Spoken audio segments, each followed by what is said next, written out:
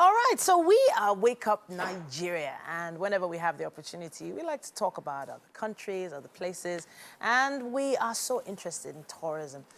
We have the opportunity to meet amazing people, and today on the couch, we have someone who's representing Kenya. She recently won the Miss Tourism Africa pageant, and she's right here on the couch with us, Muthoni Kariuki. Welcome to the show. Thank you. Look at the wave, look at the wave. Do it again, do it again. Yeah, good, good. Yeah, thank you. Welcome. Thank you so much, Titi, for having me. Miss Tourism Africa. Don't be small, oh. The very first The very first. Miss Tourism Africa. How does it feel? Wow, it feels, it's like royalty, an African royalty. You are African royalty. You have an amazing smile. Thank We've you. already started having conversations earlier on, and your energy is really, really great. Thank you. I would love to know what it was like during the camp process, because different ladies from different countries all coming together. Talk to us about that. All right, first of all, let me thank you for having me here. It's lovely. Your energy is contagious. I'm feeling so energetic. And also, I've learned that your name means forever, happiness, or joy. So I tap into that joy. Please do. I tap into that smile as well. Oh, yeah. So my name is Muthoni Kariuki, Miss Tourism Africa, the very first Miss Tourism Africa, and I am from Kenya. I am a journalist, I'm a climate activist and an environmentalist, and I'm also a creative. So that includes an actress, a model, an author, a dancer, many, many things that I do as a creative. I advocate for ecotourism, that is traveling to natural areas sustainably while conserving the environment and also improving the lives of the local communities. So, and I am an agent of change, and I use this platform and my voice, to make a difference in the society, to give back to the community and make, just, be impactful. I can see why they had no choice but to give you that crown. They had no choice but to give you. You already started imbibing some of the attributes of someone we need when it comes to tourism in Africa. There's so many beautiful tourist destinations across Africa that are not really being explored in an eco-friendly way. Now, you're working on a project that has a lot to do with that. Let's talk a bit about that. Well, as I said, I'm focusing on ecotourism. So this is sustainability all around. As an environmentalist and a climate activist, everything I say, everything humans, we are connected to the environment.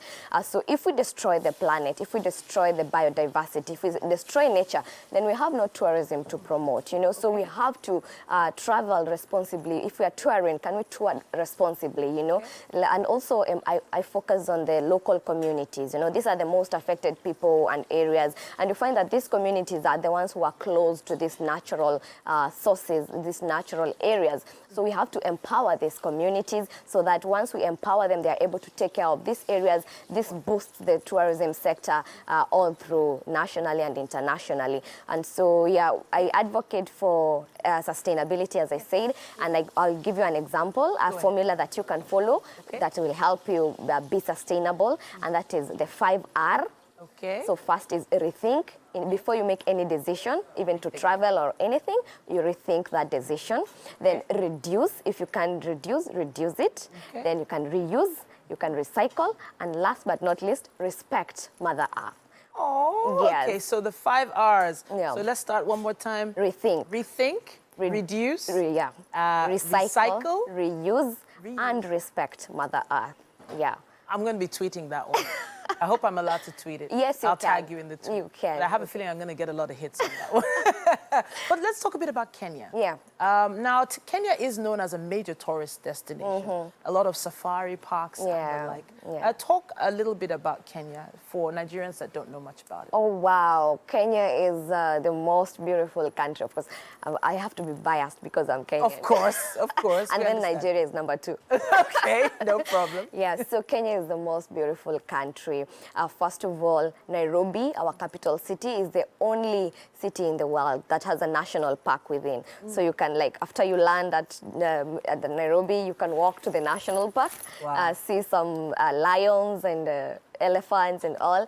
And, that is like the first thing you get in Kenya, safari. It's a top safari destination. Okay. And then we have down to Mombasa, the white sandy beaches and lovely. And also the people of Kenya, lovely. You know, the people are what make something enjoyable, because we could have all these resources and all, but you don't get to enjoy it because of the people. Sure. So, and that is also in Nigeria. I love the people of Nigeria, very friendly, very welcoming, makes it so easy. I feel like I'm still at home, and that is our power as Africans, the people of African. We have that Africanism in us, and so if we tap into that power, then we're going to explore the full potential of Africa.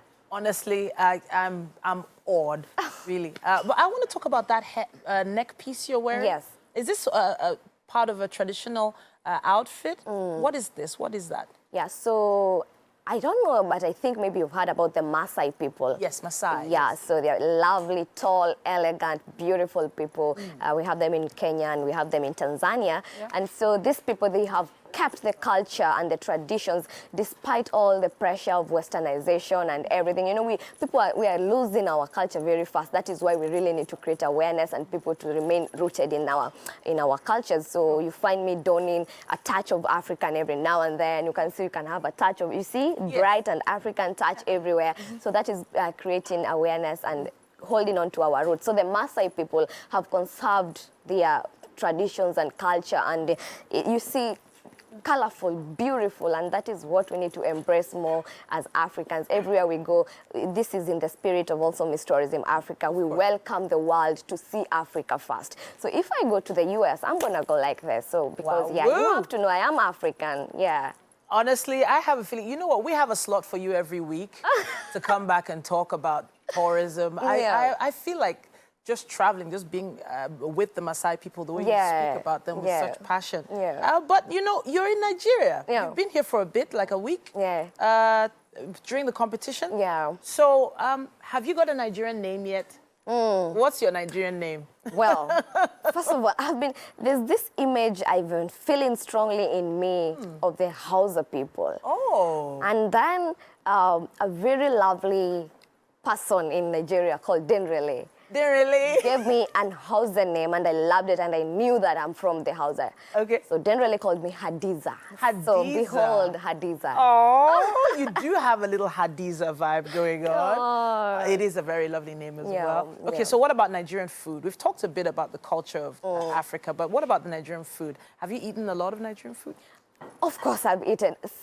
I've eaten Nigerian food, and I love it, you know, I love it. But one thing that stands out for me up until now is the pepe. Okay. I've been telling Kenya, I'm coming in hot because of the pepe I've eaten. Okay, so there's swallow foods and then there's foods you eat with cutlery and all that. Do you have any swallow foods that you really like? Jollof. Oh, the jollof is rice. Yes, you like the jollof. I love jollof. Okay. I love egusi. Egusi. Okay. We had a competition during our camp of Tastes of Africa, where the different queens, we had to make foods, different foods from Africa, and we with our sponsors, that is Topisto tomato mix, the best in here. So we went to make the food, and I was supposed to make some food we call ugali in Kenya. This is made from maize flour. But I couldn't find the maize. You know, we were under pressure, the timer and all. So I had to make with cassava flour. I think I ended up making gari. Gari. But you hear there's a similarity. Very similar. Gari and ugali. You know what? That is what makes us African. Talking about food, we have an amazing chef in the kitchen preparing something for you to taste. Nice. Yes, just for you. But before then, let's see that magical moment where you were crowned Miss Tourism Africa.